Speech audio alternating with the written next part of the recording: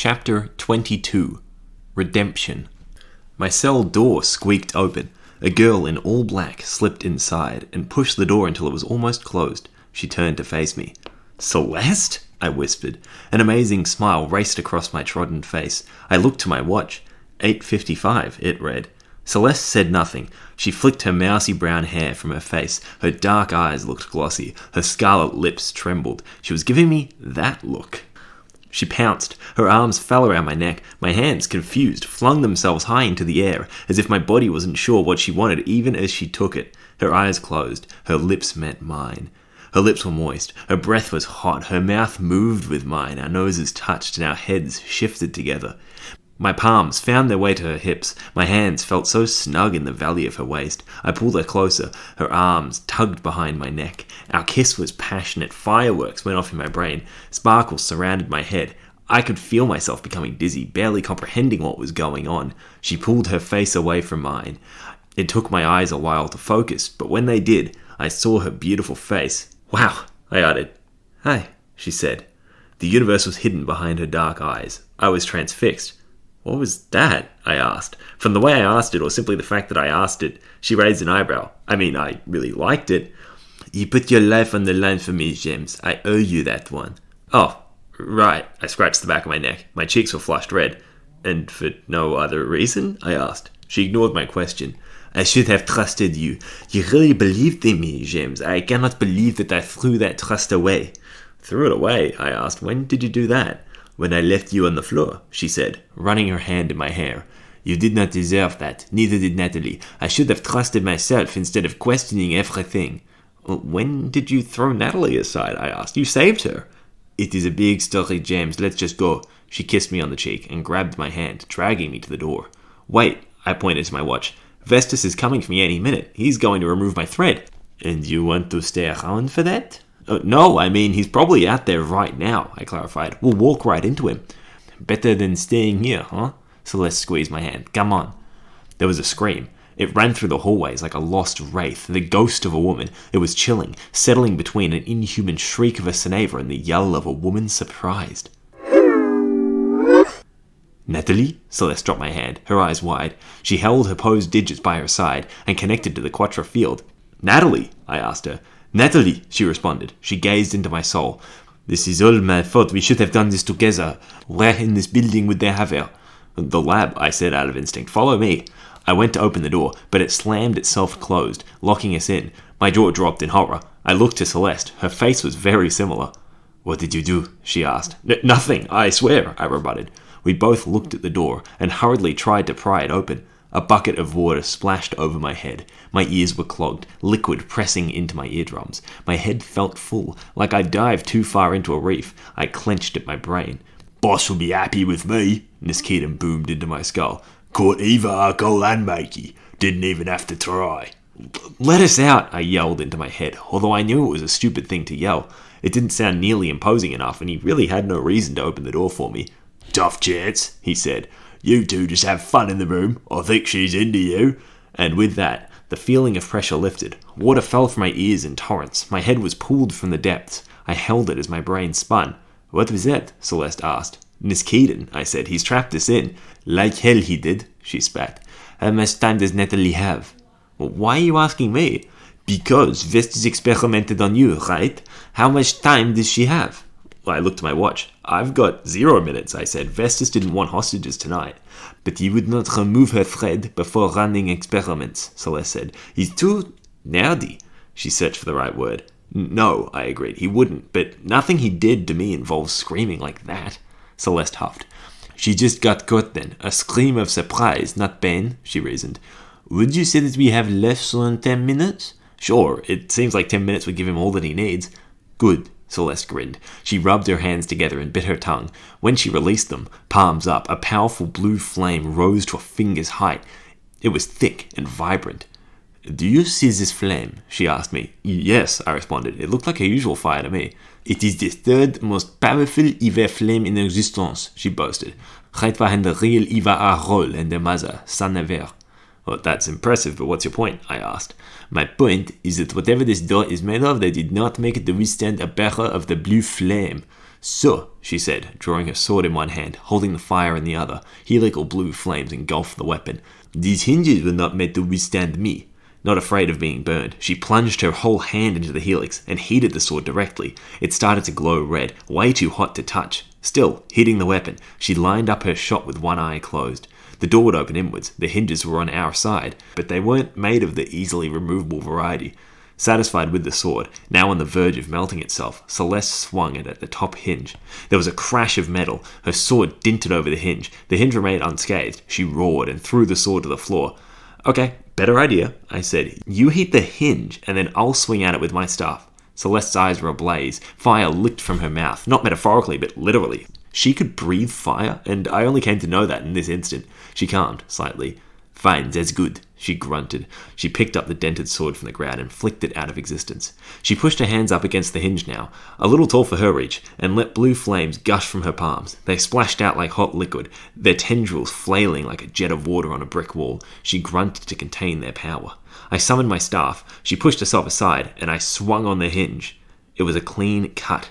"Yeah," I pumped my fist. Celeste grinned. She too was satisfied. She got to work heating the second hinge, and I sliced straight through that one too. I stuck the pronged ends of my staff between the door and its frame, and levered with all of my might. The door fell inwards and slammed against the floor. On the other side was a very surprised Niskitan. Celeste and I both blasted him with a bolt of quattro before he could think. The first he redirected, but the second went straight to his thread. Celeste and I burst over the fallen door. Celeste grabbed the half-human Niskitan and shoved him over. He fell like a logged tree. "Left," I said. Celeste nodded. We dissolved our weapons and sprinted down the hallway. Without any thought of being caught, I let my body spew forth into the office area. Two Senavas sat by a computer. They turned to me, and it took them a moment to process who they were looking at. In that moment, Celeste smacked into my back. She bowled past my body, spotted the Senava, and yelled. She grabbed the nearest object, a pot plant, lit it on fire in her hand, and threw it at them. It hit one of them square in the helmet. The pot rebounded, flew through the computer screen, and set fire to the screen's plastic shell. The hit Senava slumped to the floor. The other had no idea what to do. He got up and ran through the side door towards the back exit. "Keep running, James," Celeste demanded. I kicked off the floor, using a small bound of air, and leaped over the cubicles to the opposite doorway. I sprinted through the hall, coming to the first door, and forced it open. The door required far less force than I gave it, and I fell into the room, tumbling over the floor before kicking myself onto my feet. I assessed the lab. The room had the white tile, sterilized feel of a chemistry lab in a hospital rolled into one. This, I realized today, was not the room I had seen in my vision. Natalie sat in the dentist chair, strapped in by leather manacles at the wrists and ankles. Her head wriggled helplessly. She had barely noticed the intrusion.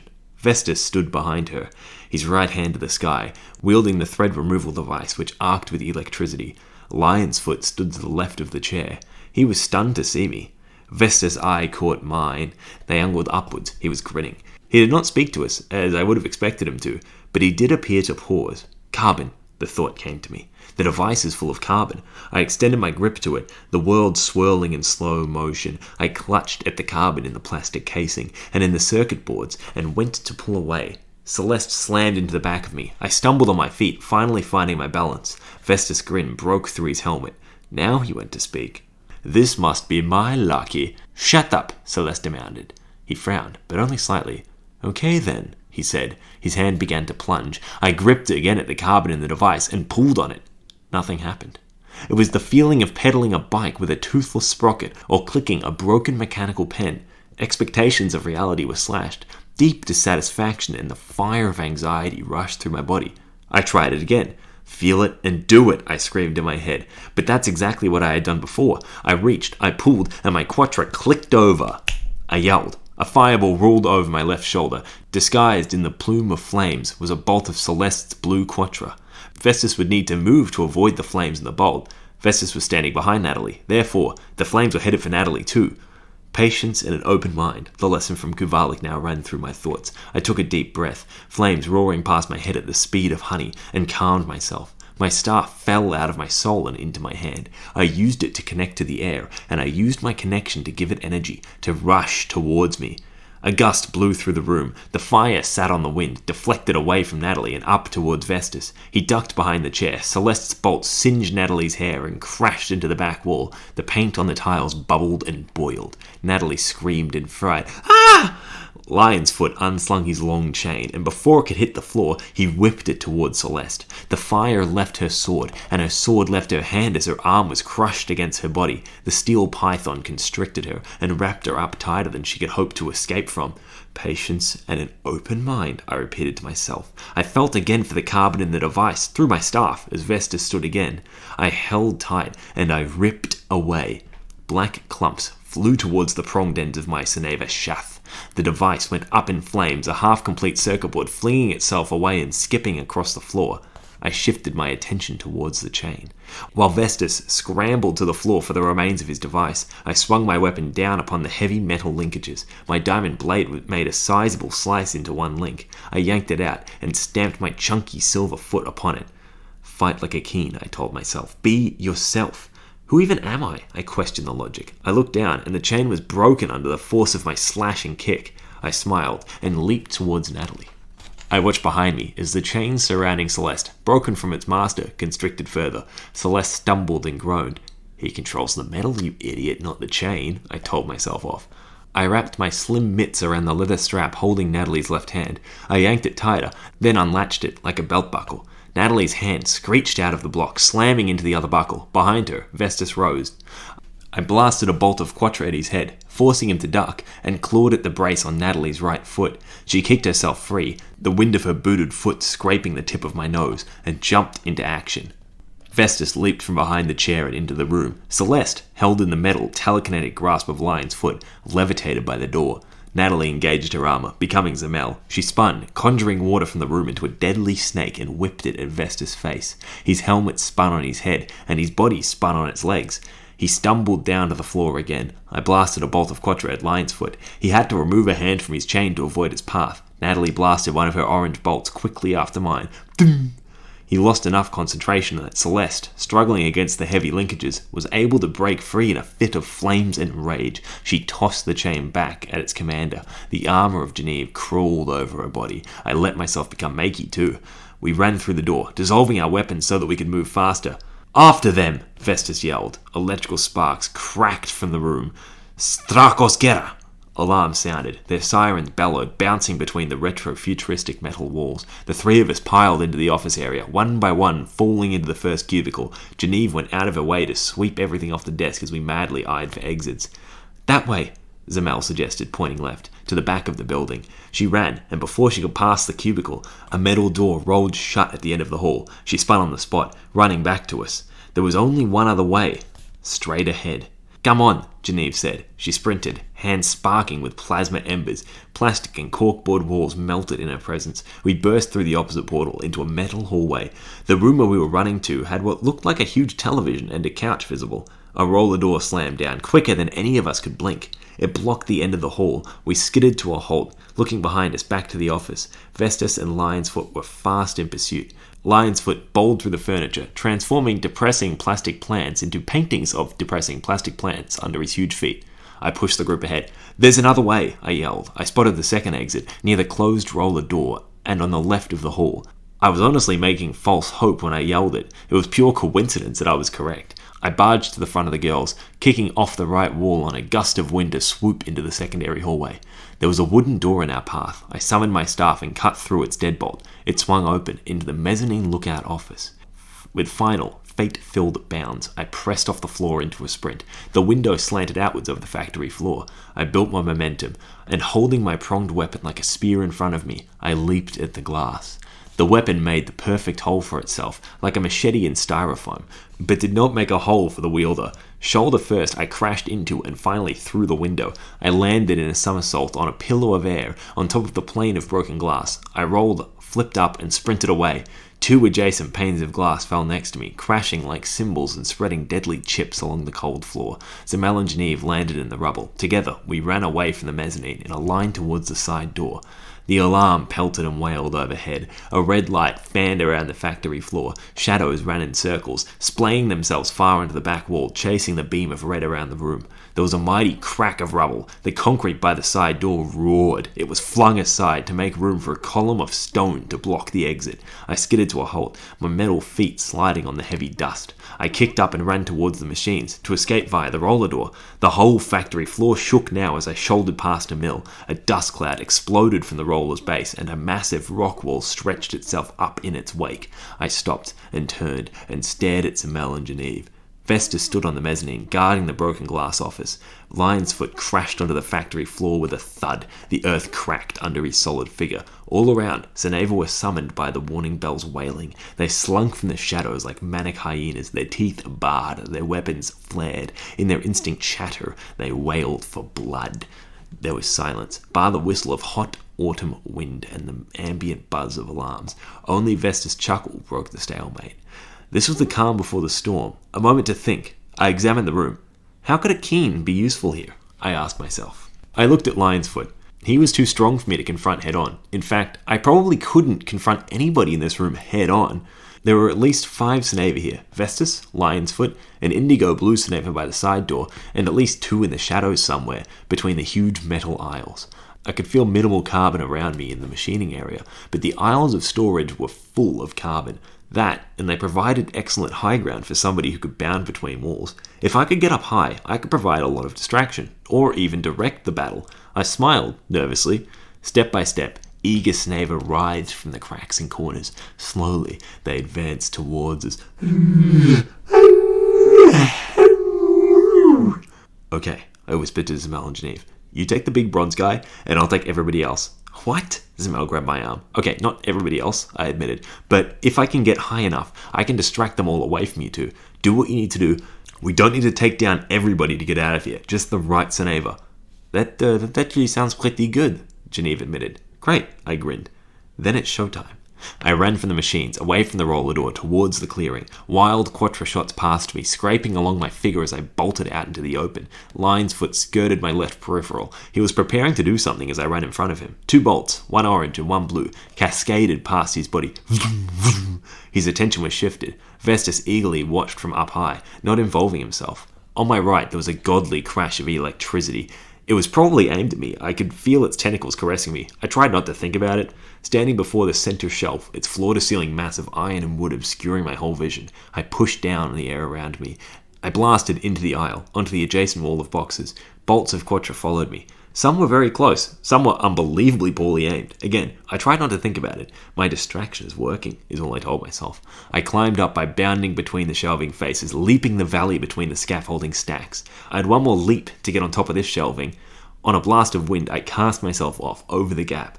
Mid-flight, in my hands, I felt a disturbance. Near me, air was superheated and ionized into plasma. A quattro bolt flew my way, and it would meet me as I gripped into the top lip of the scaffolding. I flailed my arms, pushing air upwards. I lost height, and I tumbled just below my target. There were bags stacked on pallets where my hands would now land. My claws gripped into them as the bolt of quattro soared over my head and managed to just hold myself onto the wall. Thick powder burst from the tears in the bags that my fingers made. The powder was white and totally opaque in the air. I blew it out of the way to see better, but that just stirred up more of it. Frustrated, I clambered to the top of the shelf and slumped down onto the structure, facing the ceiling. Wild bolts of quattro ran up the side of the shelf. They would not hit me. When I gained my breath, I rolled onto my stomach and peered over the side. A white cloud of powder slowly descended. A bright orange bolt of quattro ripped through the cloud, disturbing it. The hole it tore revealed a Ceneva on the floor, holding a staff in a loose grip, with silver, 2-toed feet. You can't see anything through that cloud, I thought to myself. Now that I'd locked eyes with the silver Ceneva, the next bolt was incredibly accurate. I ducked behind the lip of the shelf and fired one back on them. An ambush feels like a keen thing to do, doesn't it? I reasoned. Surprise, quietness, nimbleness. I blasted air into the valley, stirring up the powder which was already there. Reaching over the lip of the edge, I grabbed a bag from the top of the pile. My long fingers pierced it and made it difficult to get a proper grip on it. I yanked it from the pallet, only then realizing how heavy it was. I felt my weight shift and my stomach armor slide on the metal edge. I stopped dead, balancing on the corner. A bolt of Quattro soared towards me from another Ceneva in the aisle, standing directly below me. My first reaction was to throw the bag into its path. The bag flew and exploded in a cloud of dust as the bolt of Quattro rammed through it. Thinking quickly, I unleashed a gust of air upon it, then used that blast to wrench myself comfortably back onto the shelf.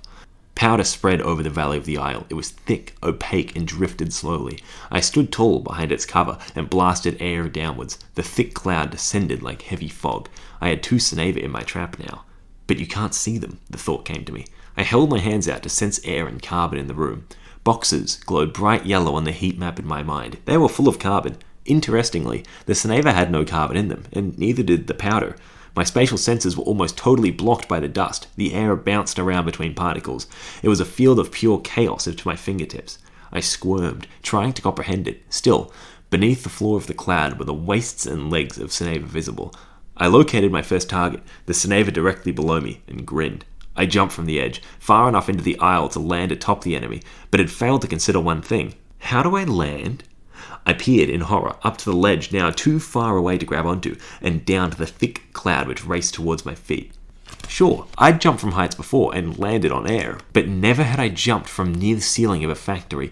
This could ruin my perfect plan, I realized. As I pushed my hands and my feet by my side, I used my soul to grab into the air around me and forced it downwards. A vortex of dust cascaded around me. The powder turned violently turbulent as it spewed rather than ebbed. It churned like rapids. I couldn't see the ground now, or anything. I blasted once more and felt the air surge against the ground. I bent my knees, expecting a crash, but received a gentle touch to the concrete. I wanted to sigh in relief, but I also didn't want to give myself away, so I remained silent. In the air, amongst the sickening powder which destroyed my senses, I could feel something more substantial. I slunk towards it. The object spun around, unsure of where it was looking. I lunged, pushing off the concrete, and wrapped my hands around whatever of it I could grab. I blasted Quattro into the limb in my grasp. I heard the armor shatter, and I felt it dance away from my fingers. I let them go. "Oh, shit," I heard them curse. I grinned and keyed into the sense of carbon around me. The shelves were lined with boxes, and where there was no carbon, presumably, was the aisle itself. I got my bearings, then snuck towards the roller door end of this aisle, away from the fallen victim. The dust was thick. I used a gust of air in my direction of travel to stir it towards my target. I could feel them in the wind, like a wall jarring the flow. They coughed, their body moving from side to side. My footsteps were dead silent, the ground protected from the clank of my metal feet by small jets of air which I blasted from beneath my soles. The two-toed Ceneva stumbled. I could just feel past the nauseating dust. I pounced onto them, my arms wrapping around their torso in a spear tackle. They were driven into the concrete. I blasted them with the bolt of Quattro and leaped off. Their armor shattered. They coughed under the dust. Using all of my strength, I summoned a mighty gale in the aisle, which did what it could to clear the powder away. I followed the wind, leaping back up the scaffolding under the cover of the white cloud. I hauled myself onto the top shelf and stood tall to observe the battlefield. Vestus stood behind the intact glass of the mezzanine office. Another Ceneva, midnight blue with a copper whip, guarded the side exit. Their whip sparked and cracked with liquid charge. A bolt of Quattro zipped up to the ceiling from the next aisle over. On the open floor of the factory, Linesfoot battled with Zemel and Geneve. It was a fight of Mother Nature, elemental forces meeting and crashing together. Pillars of earth were summoned, then charred by blue fire and slashed by whips of water. Bolts of Quattro soared like bullets. Vroom, vroom, vroom. Geneve took cover behind a chunky lathe. Zemel strafed the enemy, deflecting bolts from the whip-wielding Ceneva and firing her own. I have to shut down the door guard's thread, I strategized. The Ceneva in the aisle doesn't matter, but I need to get the whipping guy away from Zemel and Geneve. I stepped back as far as I could and sprinted across the shelf. I pushed off its ledge with a gust of wind and dug my claws deep into the wood of the adjacent ledge. I wrenched myself up and crawled over to the other side. A pink bolt of Quattro grazed my head. Vroom! I was stunned, almost actionless, as a second with better aim roared towards my face. I flung my arm out before me and took it through my hand. It seeped through my system like hot gas with a powerful pump. It came close to the thread. I could feel it traveling. I tensed up with the feeling, finding myself unable or my body unwilling to summon my own Quattro and flush it out. In the split second I had, there was only one action to do. I closed the path to my thread. I did it as if I'd done it 1,000 times before. Finally, I had a connection to my own body, enough to direct my systems. The bolt skimmed past my neck, through the opposite shoulder, and down through my torso. It directed itself out of my foot into the structure on which I stood. Vroom, vroom, vroom. The wood beneath me exploded with the energy. It melted, caught ablaze, and my leg went straight through it.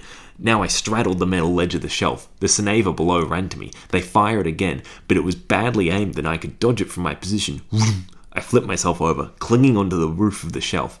My leg dangled out of a hole. A quattrobolt entered through my foot and coursed through my veins.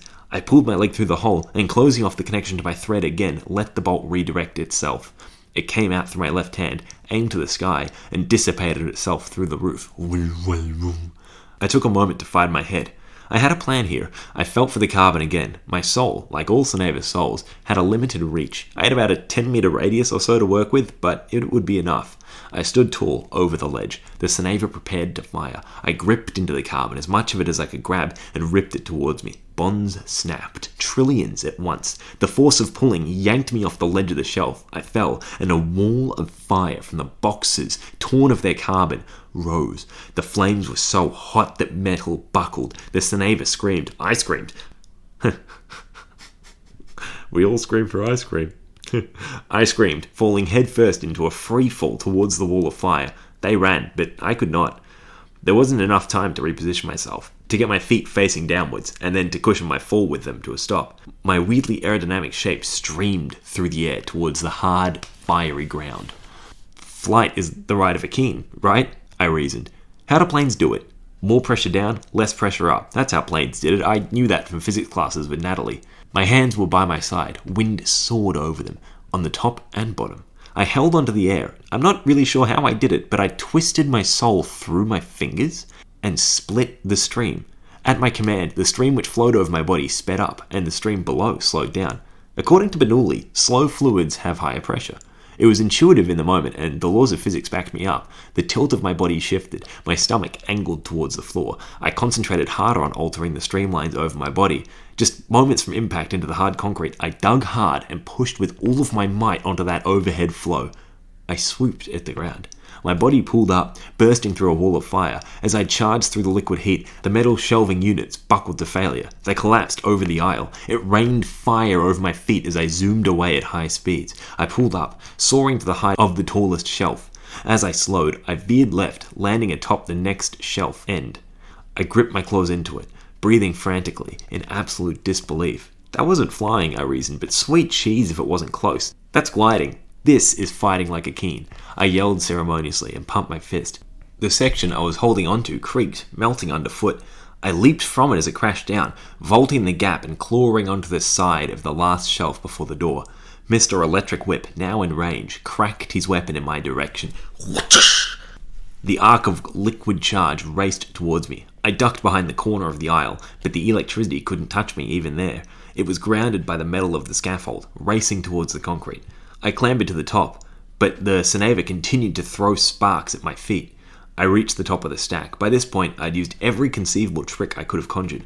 I wasn't sure what else there was to do. I stood tall, looking at the whip-cracking Lictus Cenava below.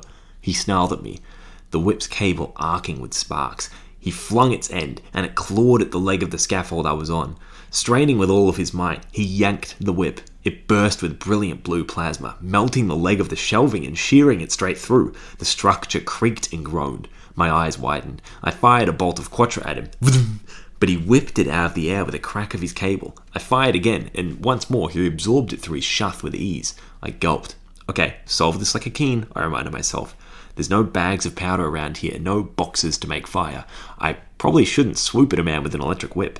The whip rounded the other leg of the shelf. He ripped again at the structure. This time, it shifted as he yanked away. I could feel the support of it crumbling under my feet. I'm going to need graphite, I twitched, looking around. There was some carbon up here, although grabbing it would set fire and force me to abandon the high ground. But it would be worth it. I hid over the ledge, out of sight of the Lictus below. He growled, and I could feel him ripping at the structure again.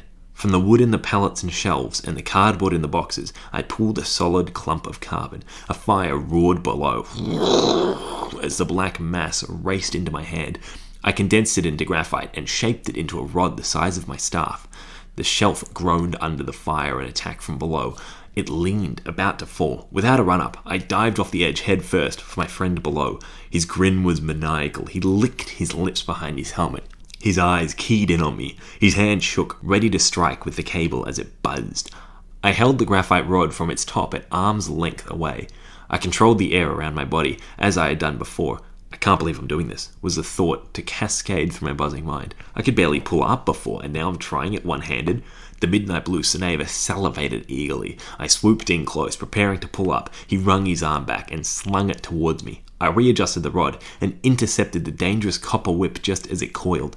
Arcs of lightning roared through my graphite rod, cascading into the ground and charring the concrete. I lost half of my hold on the air while I was readjusting. I wasn't slowing down or pulling up. I abandoned the graphite rod to the copper whip still attached and held out my hand as I soared past the enemy.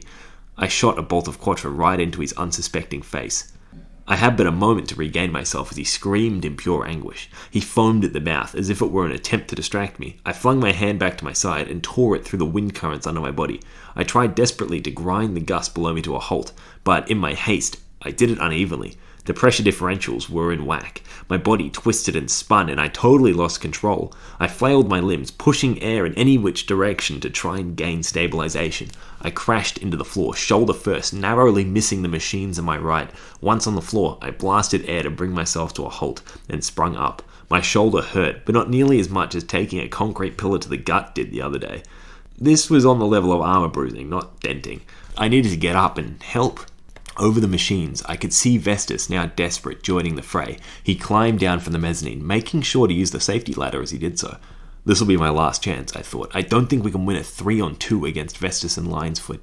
I looked for the high ground. I'd crumbled most of the rows of shelving now, through my genius use of my abilities. One end was left standing, looking over the battle taking place between Zamel, Geneve, and Lionsfoot. Could be risky getting there, I analysed, but it's my only chance. I ran, faster than I thought possible. My feet lightly tapped against the concrete. I tried not to draw attention. I needed Lionsfoot to be distracted by Zamel and Geneve. I leaped onto the remaining shelf. Fire roared behind me. The crack of wood was drowned out, but the smack of my metal hands on the metal structure was distinct. I was sure that Lionsfoot would at least turn to the crashing sound, but he stayed engrossed. Good. In the distance, Vestas dropped to the floor and began to run. I had no time.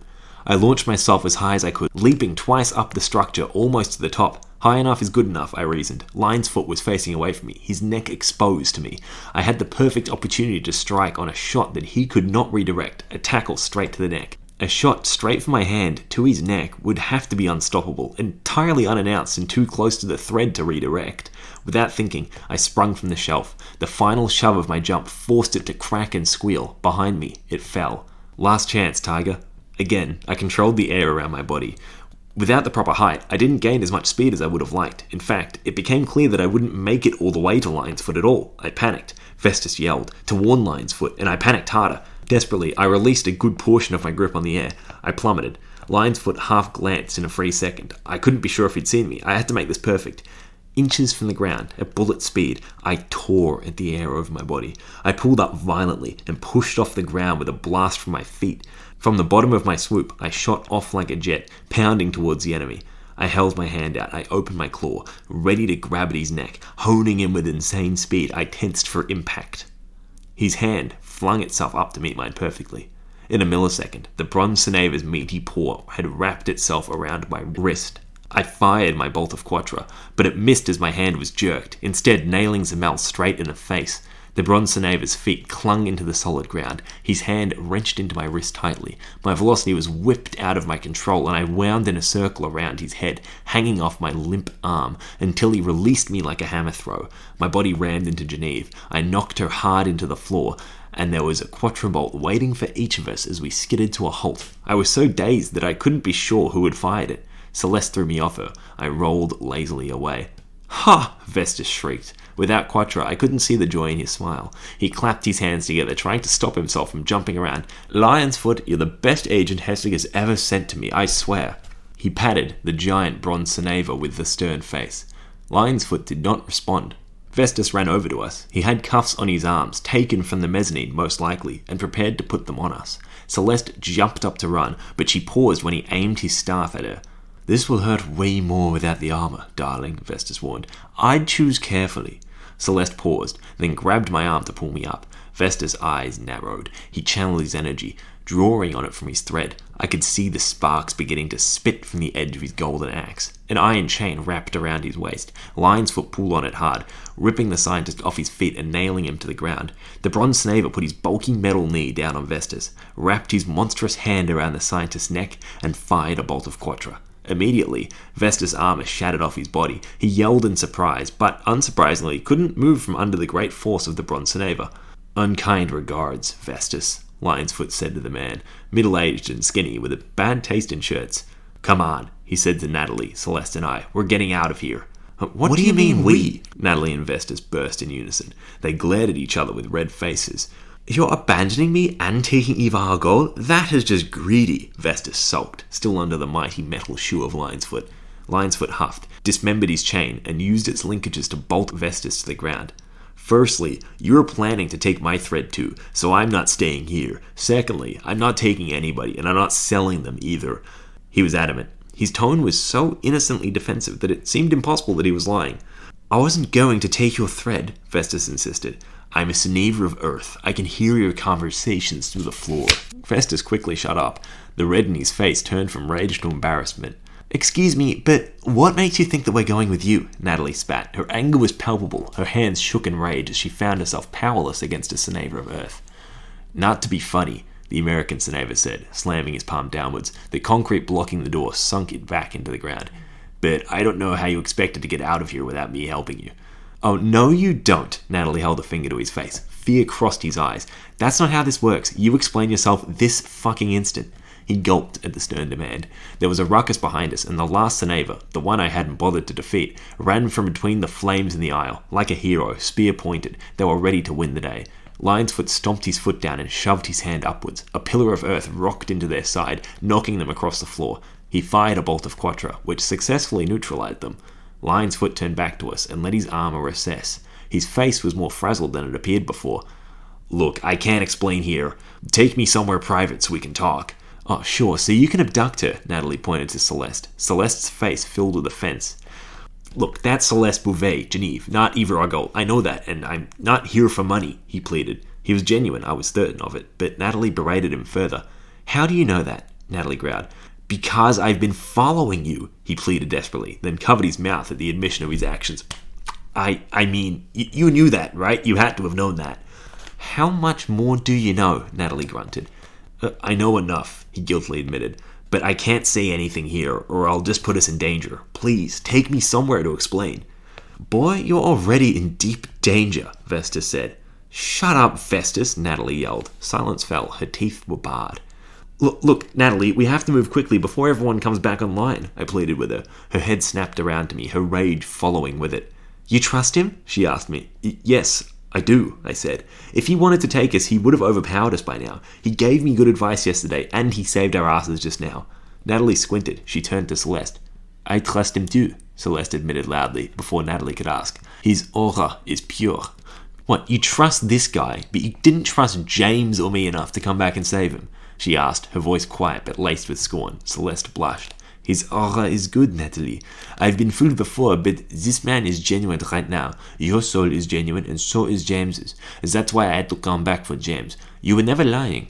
Natalie stared at the blonde-haired American boy. Her eyes were fire, fueled by hatred losing its bearing. She growled and gave up. "Fine," she whispered, and ran towards the door. Lion's Foot ran past her, holding the door open for us. She didn't acknowledge him as she left. He closed the door behind us and raised the asphalt to it. As he turned, Natalie pushed both he and I up against the fence, the American boy's arms flung into the air. His face was horrified. "You," she said to me. "Where are we going?" "The dog park?" I squeaked. It was near, private enough, and neither of our houses. "You," she said to the American boy. "What's your name?" "Chad Rogers. Ferret, ma'am," he said. "Have you got an ID?" she asked. "What?" he burst, his face flushed white. "I don't have an ID here." "What, not even a passport?" She squinted. "No, I never gave Hesslick my real name. The Empire doesn't know who I am." "Very suspect, Chad," Natalie huffed. "But good, I guess." She turned to me. "Let's go." We each found our bikes and reconvened at the top of the hill.